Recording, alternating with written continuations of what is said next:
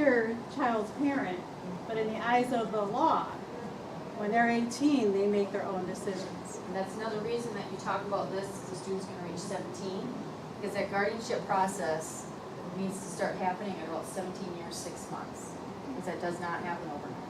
So they need to be thinking about that earlier. It gets a little bit more complicated after that student turns 18 to get guardianship. There are also booklets put out by the State Bar Association about guardianship, if you wanna share those resources. We use Access Life Navigators a lot.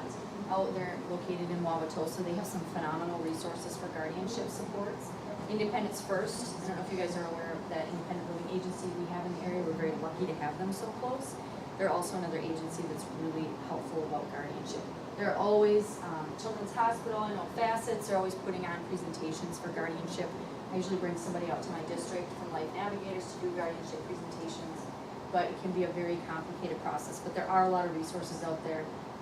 You are not expected to be the experts on it. I am certainly not an expert on it. I don't know if you claim to be an expert on it. But there are, we can point people in the direction. And there are and there's two possibilities at Children's Hospital where families of low income, if your students qualify for free or reduced lunch, they can be referred to either the guardianship, Waukee County Guardianship Assistance Project, or if they're a patient at Children's Hospital, they can go through a different clinic through the hospital.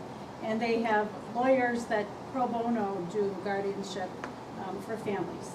They also have a sliding fee one for parents that might have a little bit of means but not enough to pay for the full guardianship process. So all your transition coordinators in the school should know who to refer the students to. So the parents still retain guardianship unless they go through this process with the student. So they're not, even just because the student turns 18, they're not their own guardian unless this process happens? Or No, unless the parent cannot, the parent has to get guardianship. Has to do that. Through the legal process. Gotcha. If the parent doesn't do anything, the student is their own It makes more sense. guardian. Okay. Yeah. And it might not sound like it's too big a deal, you know, but it's huge, especially in a medical situation. If you have a young person who thinks that they know it all, you know, and they're faced with a medical decision and they don't like needles, well, you know, they're going, no, I don't need that life-saving operation because it's going to hurt. Well, technically the hospital has to say, okay, sorry, you know. So in those cases, it's really important that they have someone to help them make those medical decisions. And there's all different levels of guardianship too. There's like full guardianship, then there's also different just for medical decisions, just for financial decisions. There's all different levels. And that's why it's so important to get these families in these programs to meet with attorneys, because it could really affect a lot of things. And the other thing just to be wary about, some parents think that because they are the rep payee on their child's Social Security, that they're the guardian. And even when that kid turns 18, they might still be the rep payee on there because Social Security doesn't go and fix that too often. The parents need to know that doesn't mean they're the guardian. That just means they're the rep payee for Social Security. And that's a huge, oh my gosh, that's a huge issue. That they think, well, I can still sign for that check, so, yeah, no, you can still sign for the check, but legally, you're not the guardian. Any other questions on this piece? Okay. We're getting there.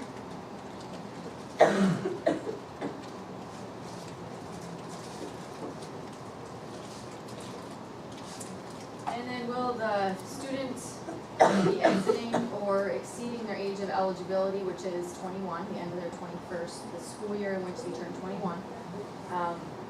Are they going to be leaving at the conclusion of the academic year? If you say yes, then it's going to pop up that the student is no longer eligible for public education, and they are going to be, the parents are going to be supplied with a summary of performance, which can be a whole other class that we have, and a whole other training session, and then the notice of graduation, the notice of exiting would need to go along with that. Did you do that? The SOP? Yeah. Yeah, that's Did you do big the notice little- of graduation? Yeah. Okay. You're okay then? Although I was told you could do a review revise towards the end because we don't know that with certainty. You assume based on the track that they're on right now that that's going to be the case. But that summary of performance, I was going to try to figure out more about that too, because I have a student that just requested that today when I interviewed him. Because he's very concerned. He wants to go to a 4-year school, but he wants them to know, about his disability and what he's a very, very strong self-advocate.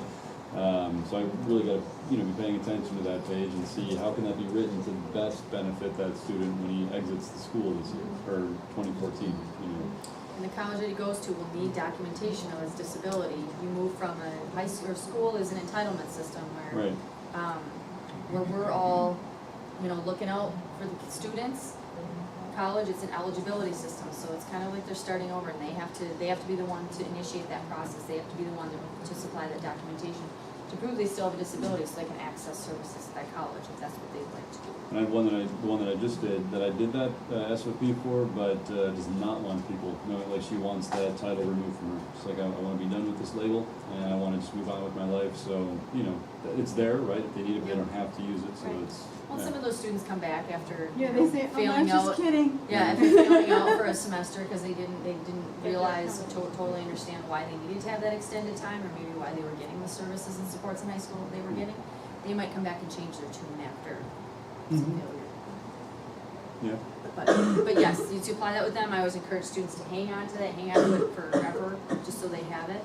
But also along with that, and I really encourage you guys, when you're putting together the summary of performance, you're putting together with the child, and have those conversations with the students while you're putting those together about, okay, tell me, what is your disability area? What areas do you struggle in? And then what do you need to level the playing field so that you can do what you need to do and you can reach your goals? So then they're practicing those conversations with you, who are hopefully a safe person at that point. So when they go on to college, or if they're accessing, a community resource or going to DDR after they leave, they can have those conversations in a somewhat intelligent manner. And they're more comfortable having those conversations.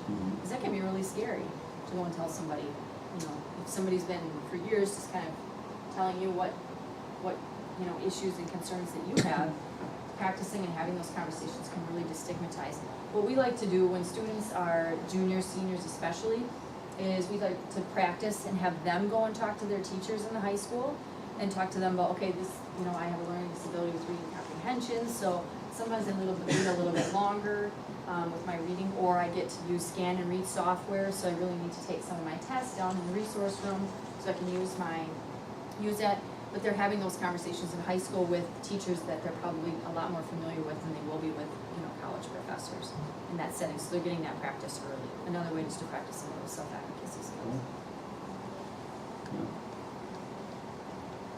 Okay, so that is the end of the PTP. Any questions on the overall PTP process? Yeah. So ideally, if you're creating this with a student, that's, it's all well and good, but I just had an interview with a student today, didn't have access to this right away in working with them. Had an hour-long discussion with this person though, so just fill in what you can, or just click yes that they were, even if you haven't had the meeting yet, just so that you can move forward in the document to incorporate those things, and if you need to go back, then just, change what you need to change after the meeting as to, just to, because you can't. Well, yeah, and I would definitely recommend, putting something together. I think we talked about this, putting together a draft. It'd be great to be able to sit in an IEP meeting and do it, but like I said, technology's not always our friend. Well, the Time is not always on our The side. drop downs. Yeah, it can be very Could be cumbersome. dropping down and. Right. And then it freezes up on you, and there's always something fun that happens. So I would definitely recommend going with a draft. If you can, still try to get into it in the meeting, so the parents can, see the process. I don't know if you guys do any trainings. I do a parent training every fall in our district. Every fall, last year, now this year, about the PTP process, so students, or parents and students can kind of get some exposure to it ahead of time, so it's not this completely foreign process. But definitely look over it at the IEP meeting, even if it's, all you can have is a print copy of that draft. It actually will say draft right on it. I think one of them will say draft right on it. And then kind of make the changes on your sheet and then make those after in the system. And then what you need to do, once you get into it, you're gonna lock this PTP And And then. they're all done. Yep, yeah, well, it needs to be submitted to then there's also, if you have the rights to do it, depending on how your district does this, if they give the teachers the rights, or if you have to then let, your building transition coordinator know, but it ultimately needs to get submitted to DPI. And then they kind of house them all and they check for flags. If something is not compliant, something will pop up on the end to say, hey, let's say you try to submit it before you even have your IP meeting, it'll say, no, you're not submitting. It won't even let you submit it if there's things, or if you didn't enter a transition service, or you left one of the goals blank, it won't even let you submit it, which is kind of nice. It's just another safeguard for you. So how do you guys do it in MPS? Does teachers submit their own? Yeah. Okay. I'm not trusting enough of my teachers yet to do that. I always want to look more first. Smaller district. Yeah. So, any other questions with the PTP process? Do the samples, are they helpful? You guys can take those with you. Like I said, if people see them, and they're quite lengthy. Like I said, this is best practice, the ones that I put together. So I that's why think they're the so gold long. standard. Yes. Yeah. Yeah. I don't like to train for just compliance. Okay. It might be a good time for a break. Oh, Ooh, yeah. 6:20. Ooh, so we're sorry, 5 minutes over. Sorry, Laura. Okay. Okay, so we'll give, you guys usually take like a 15-minute break? Is that good? The sooner we get back, the sooner we can get you guys out.